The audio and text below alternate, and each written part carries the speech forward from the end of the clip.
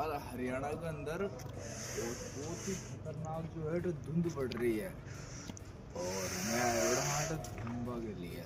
बोलवा भी ठीक ठाक नहीं आ रही है क्योंकि देख रहे थे फोड़वा को देख कर दूर। हालांकि राजस्थान में बार अतरी है कौन है, दुआ करो घटे भी सफेद हो जाए और धूप निकल जाए।